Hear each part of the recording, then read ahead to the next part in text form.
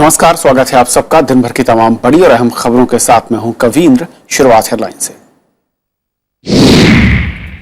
One rank one pension जल्द लागू करने को लेकर केंद्र पर बढ़ा दबाव। पूर्व सैनिक कर्मियों की 14 जून से भूख हड़ताल पर जाने की चेतावनी।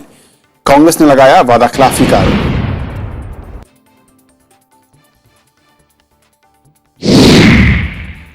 भारत और बांग्लादेश के बीच 22 समझौते, 41 साल पुराना सीमा विवाद खत्म।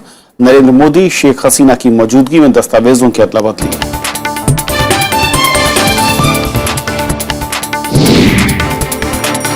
राहुल गांधी ने केंद्र सरकार की नीतियों पर उठाए सवाल। पश्चिम बंगाल की बदहाली के लिए ममता को ठहराया जिम्मेदार, कहा कांग्रेस ही कर सकती है राज्य का विकास। मैगी पर पाबंदी के बाद दूसरे ब्रांड के नूडल्स, पास्ता, शक्कर दायरे में एफएसएसआई ने दिए जांच के आदेश। बगैर अनुमति वाले उत्पादों पर कार्रवाई की तैयारी। जम्मू कश्मीर के कुपवाड़ा में घुसपैठ की कोशिश नाकाम। सेना ने 3 आतंकवादियों को किया ढेर। एलओसी के पास तलाशी अभियान जारी।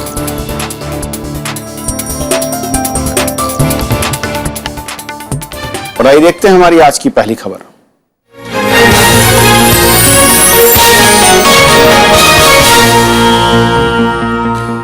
पूर्व सैनिक कर्मियों ने वन रैंक वन पेंशन को लागू करने के लिए सरकार को अल्टीमेटम दे दिया है। इन सैनिक कर्मियों ने वन रैंक वन पेंशन योजना के लागू न होने पर 14 जून से आंदोलन और भूख हड़ताल पर जाने की चेतावनी दी है। पूर्व सैनिक कर्मियों की आज रक्षा मंत्री मनोहर पर्रिकर से हुई मुलाकात भी बेनतीजा रही। उधर कांग्रेस उपाध्यक्ष राहुल गांधी ने भी सरकार पर वादाखिलाफी का आरोप लगाया। वन रैंक वन पेंशन के मामले पर इन पूर्व सैनिक कर्मियों का धैर्य अब जवाब दे रहा है। इन सैनिक कर्मियों ने चेतावनी दी है कि केंद्र सरकार ने अगर इस योजना को लागू करने की तारीख नहीं बताई तो वो 14 जून से आंदोलन पर चले जाएंगे। रक्षा मंत्री मनोहर पर्रिकर से शनिवार को हुई उनकी मुलाकात में भी कोई फैसला नहीं हो पाया। टाइम का भी कोई लिमिटेशन होना चाहिए, इनडेफिनेट नहीं हो सकता। और आज हम यही कहना चाहते हैं कि ये एक डेट फिक्स की जाए, ये टाइम फ्रेम फिक्स किया जाए कि कब ये अनाउंसमेंट होने वाला है। 14 तारीख से सिंबोलिज्म करेंगे ताकि प्रेशर बना रहे, ताकि सरकार को लगे कि हम भूल नहीं गए मुद्दे को, हम इसको भूलने नहीं देंगे। उधर कांग्रेस पार्टी के उपाध्यक्ष राहुल गांधी ने भी वन रैंक वन पेंशन के मामले पर सरकार पर वादाखिलाफी का आरोप लगाया है। चुनाव से पहले मोदी जी गए, हरियाणा गए, पंजाब गए, सब जगह गए, कहते हैं भैया हमारी सरकार आएगी तो वन रैंक वन पेंशन एकदम हो जाएगा। 1 साल हो गया, आर्मी के जवान रो रहे हैं, कह रहे हैं भैया हम जाके आंदोलन करेंगे, हमें वन रैंक वन पेंशन कब मिलेगा आप बता दीजिए, हमें डेट बता दीजिए। मोदी जी कहते नहीं भैया हम योगा कर रहे हैं, बाद में पूछना। हालांकि बीजेपी ने सैनिक कर्मियों को भरोसा दिया है कि थोड़ा समय जरूर लगेगा, लेकिन सरकार इसे लागू करने पर प्रतिबद्ध है। प्रधानमंत्री ने भी स्पष्ट कर दिया है कि वन रैंक वन पेंशन के मुद्दे के ऊपर सरकार पूर्णतः गंभीर है और इस विषय के ऊपर कुछ जो तकनीकी पक्ष हैं उनका समाधान करके सरकार इस विषय को लागू करने के लिए निरंतर प्रयत्नशील है। हालांकि प्रधानमंत्री नरेंद्र मोदी खुद लोकसभा चुनाव अभियान से लेकर बीते हफ्ते की गई मन की बात में भी इन पूर्व सैनिक कर्मियों को वन रैंक वन पेंशन योजना को जल्द लागू करने का भरोसा देते रहे हैं। मैं आपको विश्वास दिलाता हूं, मैंने निवृत्त सेना के जवानों के बीच में वादा किया है कि मेरी सरकार वन रैंक वन पेंशन लागू करेगी।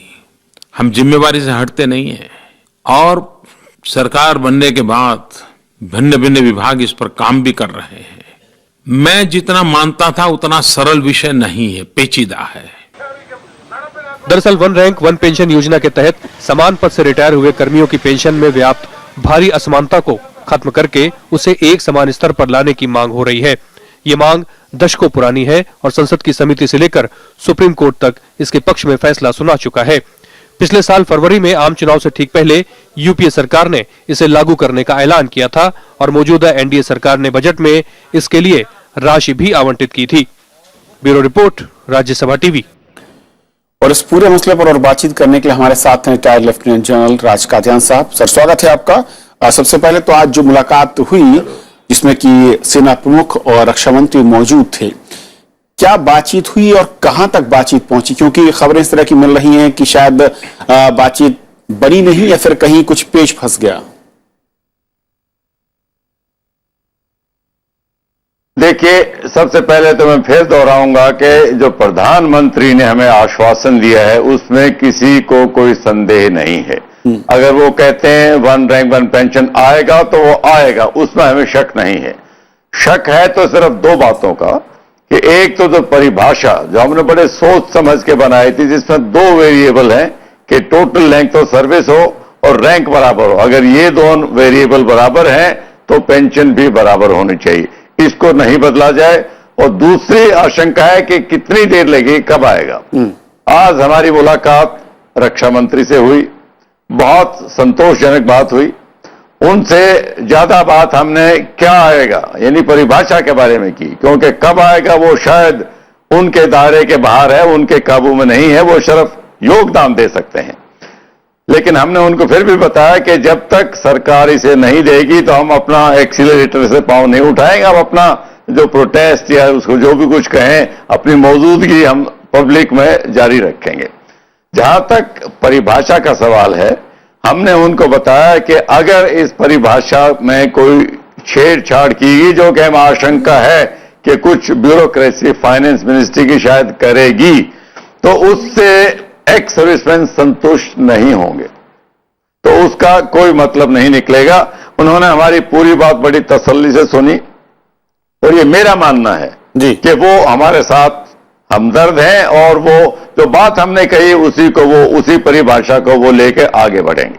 लेकिन राज कादियान साहब, ये जो मसला उठा जहां तक जी हाँ बोलिए। क्योंकि आप लोगों ने मुलाकात की सेना प्रमुख वहां नहीं, मैं ये कहना चाह रहा था कि जहां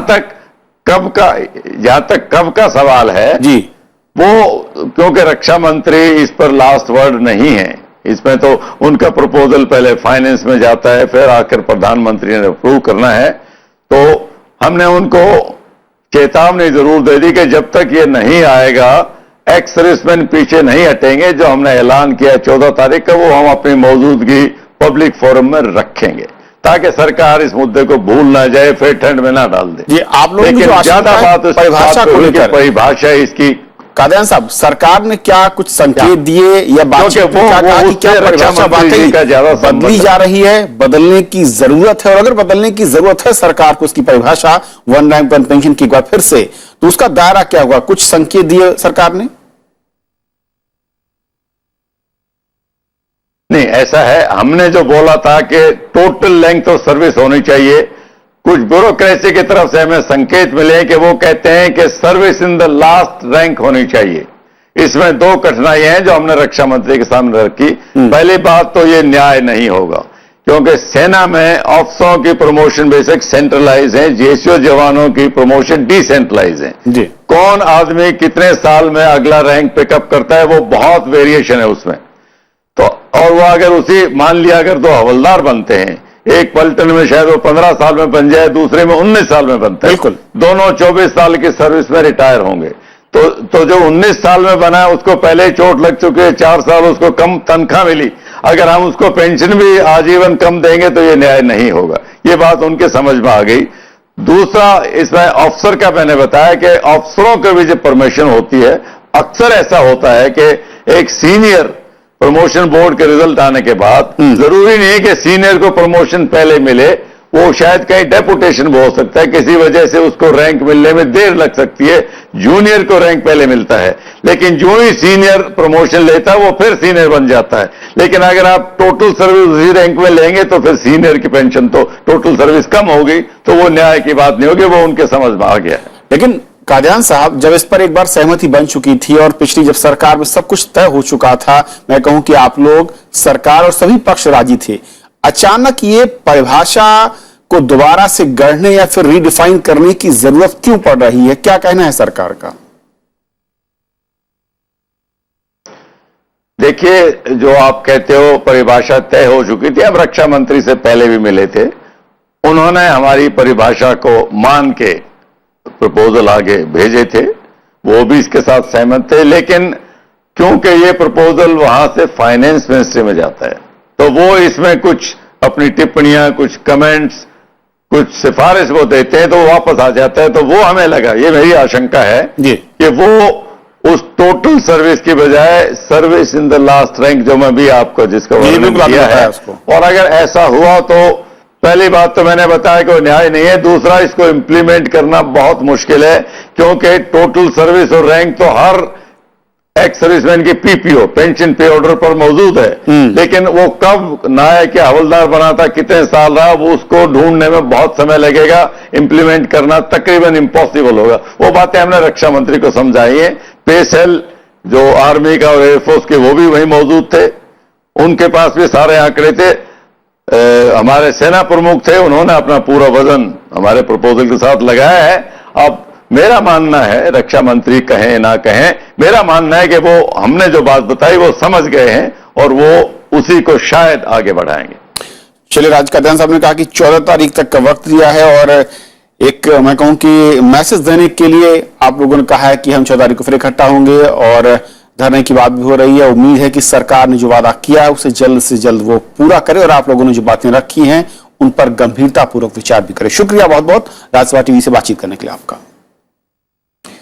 तो ये थी हमारी पहली खबर। छोटा सा ब्रेक के उस पार दिन भर की दूसरी बड़ी खबरें।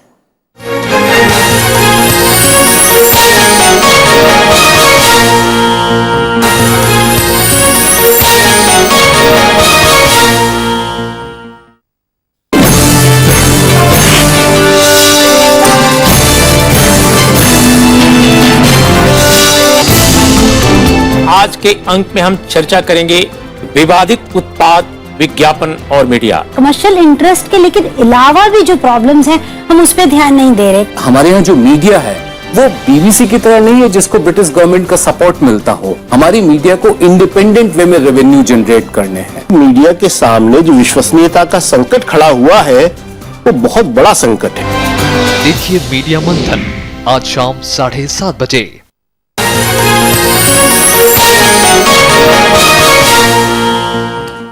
प्रधानमंत्री नरेंद्र मोदी ने बांग्लादेश के साथ आपसी सहयोग बढ़ाने की जरूरत पर जोर दिया है। प्रतिनिधि स्तर की वार्ता के बाद दोनों देशों के बीच सीमा, ऊर्जा, कारोबार समेत आपसी सहयोग बढ़ाने के लिए कुल 22 समझौतों पर हस्ताक्षर हुए। शिखर वार्ता के बाद साझा बयान में प्रधानमंत्री नरेंद्र मोदी ने आतंकवाद के खिलाफ मिलकर लड़ाई लड़ने की जरूरत पर जोर दिया। उन्होंने कहा कि दोनों देश मिलकर आपसी संबंधों को नई ऊंचाइयों पर पहुंचाएंगे। इस मौके पर बांग्लादेश की प्रधानमंत्री शेख हसीना ने प्रधानमंत्री मोदी के दौरे को ऐतिहासिक बताते हुए इसे आपसी संबंधों के एक नए दौर की शुरुआत करार दिया। People in India admire your nation's progress despite many challenges. We want you to succeed in your mission 2021 and 2041. The success of Bangladesh is important for the region and the world. So is the success of our partnership. We are two nations defined by our youth. We owe it to them to set new directions and scale new heights in our relations. আজ আমরা দ্বিপাক্ষিক বিষয়ে বেশ কয়েকটি চুক্তি ও সমঝোতা স্মারক স্বাক্ষর করেছি যা আমাদের পারস্পরিক সহযোগিতার বিভিন্ন ক্ষেত্রের সাথে সংশ্লিষ্ট। এর মধ্যে রয়েছে অর্থনৈতিক সহযোগিতা, বাণিজ্য ও বিনিয়োগ, নিরাপত্তা, অবকাঠামো উন্নয়न। बांग्लादेश और भारत के बीच भूमि सीमा समझौते से जुड़े दस्तावेजों की अदला बदली के साथ ही 41 साल पुराने सीमा विवाद का भी आज प्रक्षेप हो गया। प्रधानमंत्री नरेंद्र मोदी ने रिश्तों में मजबूती के लिहाज से इसे ऐतिहासिक करार दिया। दस्तावेजों की इस अदला बदली के साथ भारत और बांग्लादेश के बीच 41 साल से लंबित पड़ा भूमि सीमा समझौता अब जमीनी हकीकत बन गया है।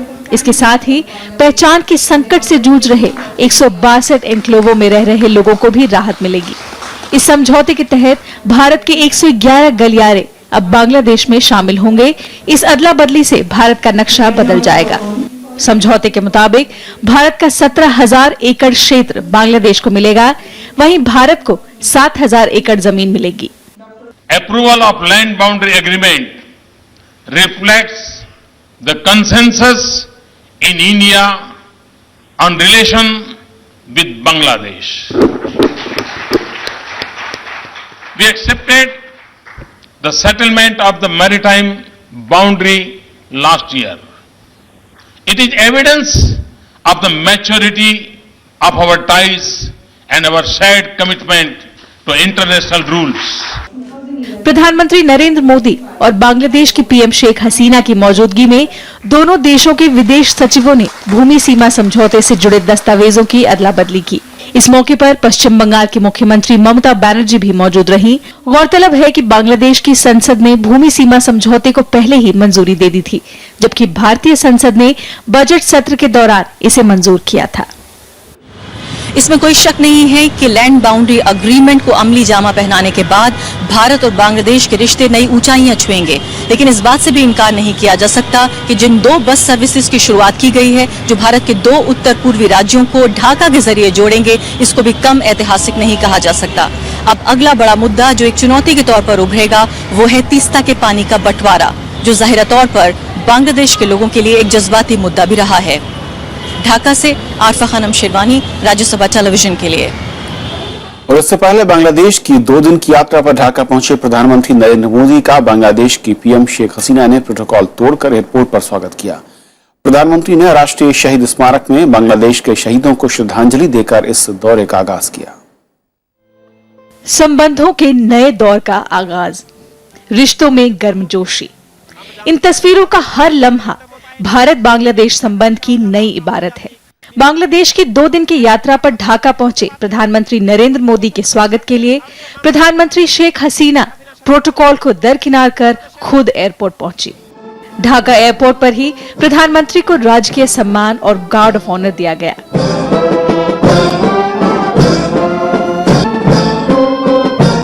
इसके बाद राष्ट्रीय शहीद स्मारक पहुंचकर प्रधानमंत्री नरेंद्र मोदी ने बांग्लादेश की आजादी के नायकों को श्रद्धांजलि देकर अपनी यात्रा शुरू की।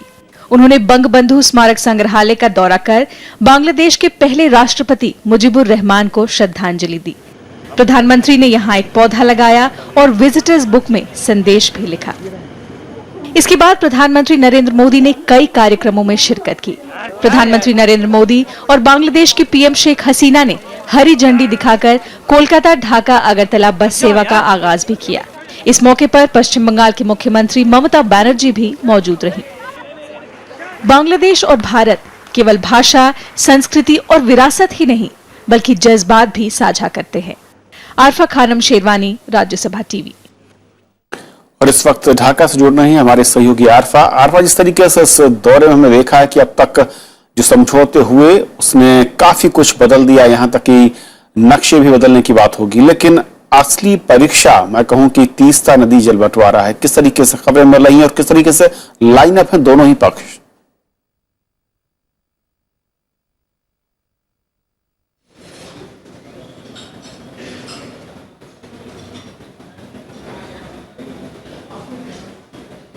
जी हाँ, बिल्कुल ठीक कहा आपने कविंद्र। लेकिन इससे पहले कि मैं तीस्ता पर आऊं, थोड़ा सा आपको जो एटमॉस्फेरिक्स जिसे अंग्रेजी में कहते हैं वो बताना जरूर चाहूंगी मैं कि इस दौरान जबकि हम आपसे यहाँ बातचीत कर रहे हैं, विदेश सचिव जो हैं वो प्रेस कॉन्फ्रेंस को संबोधित कर रहे हैं, भारतीय पत्रकार भी वहाँ मौजूद हैं, तो किस तरह की बातें उन्होंने बताई जो दोनों नेताओं के बीच में हुई हैं, शेख हसीना और पीएम मोदी के बीच में। उन्होंने कहा कि पार्लियामेंट में उन्होंने खुद, पीएम मोदी ने ये बात शेख हसीना से कही कि भारतीय संसद में जिस वक्त ये इसको लेकर बहस हो रही थी, लैंड बाउंड्री अग्रीमेंट को लेकर, तो उस तरह की एक सहमति देखी गई जैसा कि लगभग, और उस तरह का सेंटिमेंट भी देखा गया जिस तरह का 1971 के वक्त में जब बांग्लादेश बना था, स्थापित हुआ था, तब देखा गया था। यानी कि इस बात से मैंने इसका जिक्र इसलिए किया कि ये अंदाजा इस बात से लगाया जा सकता है कि कितना अहम और कितना ऐतिहासिक ये समझौता रहा है। आप जानते हैं कि भारत के जितने पड़ोसी देश हैं, जितने मेजर बड़े पड़ोसी देश हैं, उनके साथ हमारे सीमा के विवाद हैं। भारत के अब तक के इतिहास में अगर देखा जाए तो पहली बार ऐसा हुआ है कि कोई बॉर्डर का जो हमारा इशू था, जो मुद्दा था सीमा से जुड़ा हुआ, वो हल हुआ है। तो इस लिहाज से अगर देखा जाए तो बहुत ऐतिहासिक है। भारत में इसको लेकर बहुत ज्यादा जानकारी चाहे आम जनता में ना हो, लेकिन आप शायद हैरान होंगे ये सुनकर कि किस तरह से बांग्लादेश की सड़कों पर लोग जानते हैं कि सीमा विवाद जो है वो बांग्लादेश और भारत के बीच अब हल हो चुका है। 50,000 ऐसे लोग हैं, उससे भी थोड़े ज्यादा लोग हैं जिनको की एक राज्य की हैसियत मिली है, यानी कि उनको सिटीजनशिप मिली है, उनको एक देश अपना रहा है। तो उन लोगों के लिए आप ये सोचिए कितनी बड़ी बात रही होगी। और आप तीस्ता का जिक्र कर रहे हैं, बहुत अहम बात है ये। पानी से, जमीन के बाद अब पानी की बात आती है, और ये जो पूरी ओरिएंटल सोसाइटीज हैं जैसे भारत, बांग्लादेश और तमाम इलाके शामिल हैं, इनमें जमीन और पानी से जुड़े मुद्दे बहुत अहम होते हैं। और खासकर अगर देखा जाए बांग्लादेश की दृष्टि से तो पानी इसलिए भी अहम है क्योंकि उनकी रोजी रोटी का सवाल है। यहाँ चावल बहुत ज्यादा पैदा होता है, उसके लिए पानी की जरूरत होती है और तीस्ता की वजह से लोगों के रोजगार पर असर पड़ रहा है, उनकी जिंदगियों पर असर पड़ रहा है। सेम जो यही सवाल जो है वो पश्चिम बंगाल की जनता के सामने भी है। तो कहीं ना कहीं बात ये की जा रही है कि राजनीति के हिसाब से देखा जाए तो ममता बनर्जी इस पर तो सहमत हुई है, लेकिन अभी शायद वक्त लग सकता है तीस्ता पर सहमत होने में, क्योंकि पानी जो है वो राज्य का विषय है, स्टेट सब्जेक्ट है और बिना पश्चिम बंगाल सरकार के सहमति के शायद तीस्ता कभी हल ना हो पाए। उम्मीद की जा रही है कि अगले साल जब चुनाव हो जाएंगे पश्चिम बंगाल में, उसके बाद हो सकता है हालात बेहतर हों, तीस्ता पर एक सहमति बन ही जाए। और अफरा, इसके साथ ही अगर मैं कहूं कि व्यापार को लेकर भी इस बार ऐसी खबरें मिल रही थी कि कुछ बड़े मुद्दे हैं जिनको लेकर चर्चा होगी। बस सेवा शुरू की गई है। आर्थिक जगत के लिहाज से देखें तो क्या बड़े ऐसे समझौते हैं जिन पर दोनों ही पक्ष, मैं कहूं कि एक आगे बढ़ते नजर आने वाले हैं, कुछ अहम दस्तखत होने जा रहे हैं?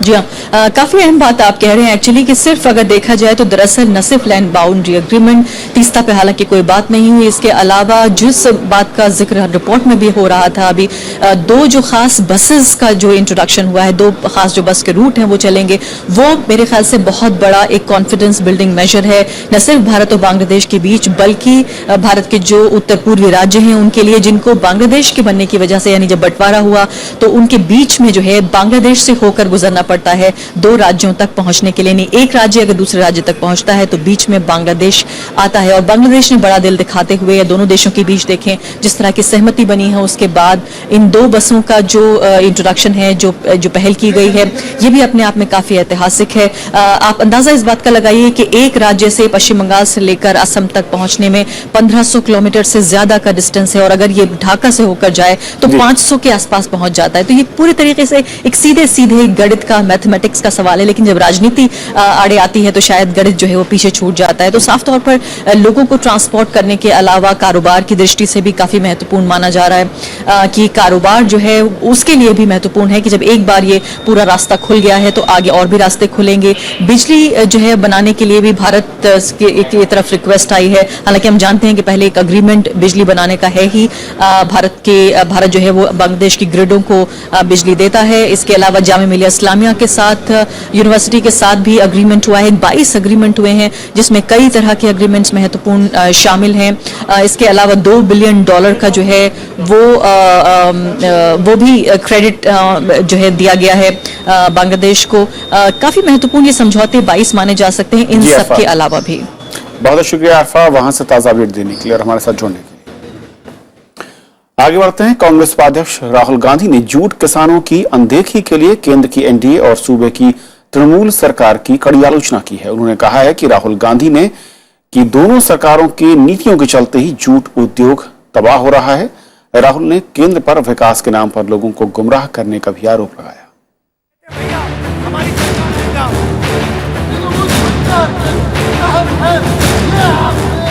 जूट किसानों का दर्द बांटने कांग्रेस उपाध्यक्ष राहुल गांधी शनिवार को पश्चिम बंगाल पहुंचे। उन्होंने हुगली में जूट किसानों से संवाद कर उनकी समस्याएं सुनी। इस मौके पर राहुल गांधी ने जूट किसानों की अनदेखी का मुद्दा उठाया। अपनी आंखों से मैं देखने गया कि जो हमारे जूट के वर्कर्स हैं वो कैसे रहते, कैसे जीते हैं। तो बहुत सीरियस सिचुएशन है, बहुत मुश्किल है। ये बात हम पार्लियामेंट में भी उठाएंगे। कोलकाता में राहुल गांधी ने कांग्रेस कार्यकर्ताओं को भी संबोधित किया। इस मौके पर उन्होंने केंद्र की एनडीए और सूबे की तृणमूल सरकार पर जमकर निशाना साधा। राहुल गांधी ने कहा कि एनडीए की नीतियां गरीबों और किसानों की विरोधी हैं। हमने कहा कि जरूर उद्योग बनने चाहिए, फैक्ट्रियां बननी चाहिए, मगर अगर फैक्ट्री बने तो जिसकी जमीन है उसको भी फायदा होना चाहिए। यह नहीं कि फैक्ट्री बन जाए और जिसकी जमीन है वो देखता रह जाए और उसे ना नौकरी मिले और ना अपनी जमीन का फायदा। तो हमने बिल में 3 चीजें लिखी।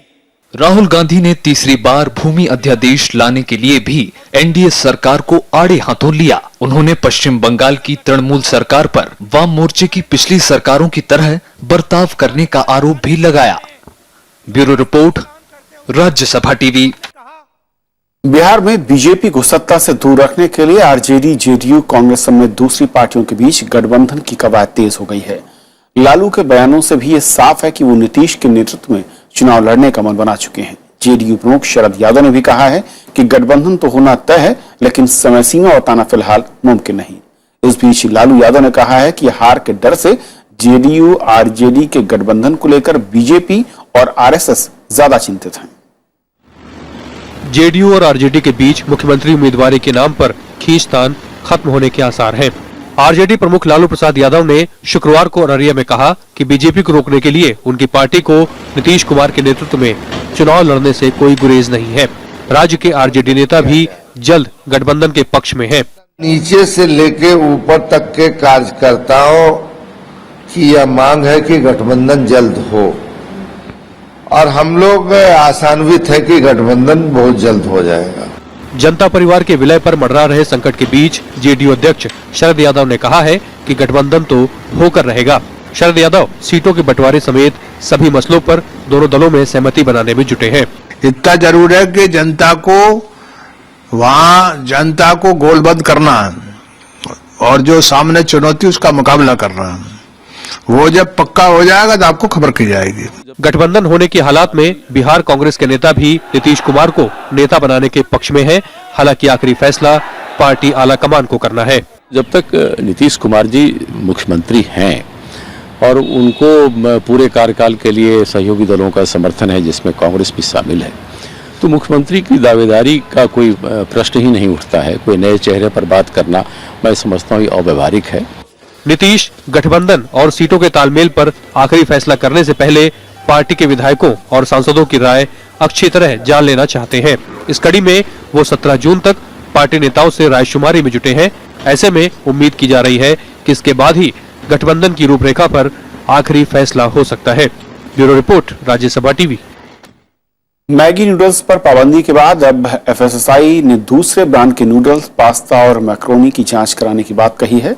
भारतीय खाद्य सुरक्षा और मानक प्राधिकरण के सीईओ वाईएस मौलिक के मुताबिक बाजार से सैंपल लिए जा रहे हैं। साथ ही एफएसएसआई की बिना अनुमति के बिकने वाले उन उत्पादों पर कार्रवाई भी हो सकती है। इस बीच महाराष्ट्र, मिजोरम और अरुणाचल प्रदेश में भी मैगी नूडल्स पर रोक लगा दी है और उसे बाजार से वापस लेने के निर्देश दिए गए हैं।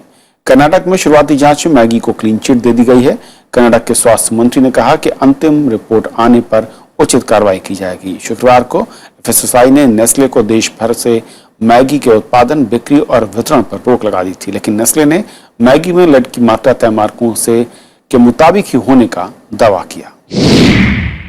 Not only raw material of Maggi noodles, along with that, the cooked Maggi noodles after adding water or adding that masala and cooking it for 2 minutes, what is the reaction? What is the ingredients it has got? And that report also we should have, because we want to know the reactions before a person having it. That is more important before he consumes it, because so that also report will be getting. सेना ने जम्मू कश्मीर के कुपवाड़ा जिले में नियंत्रण रेखा पर घुसपैठ की एक और कोशिश को आज नाकाम कर दिया। मुठभेड़ में 3 आतंकी ढेर हुए हैं। कुपवाड़ा जिले में सीमा पार से एक पखवाड़े में घुसपैठ की यह तीसरी कोशिश थी।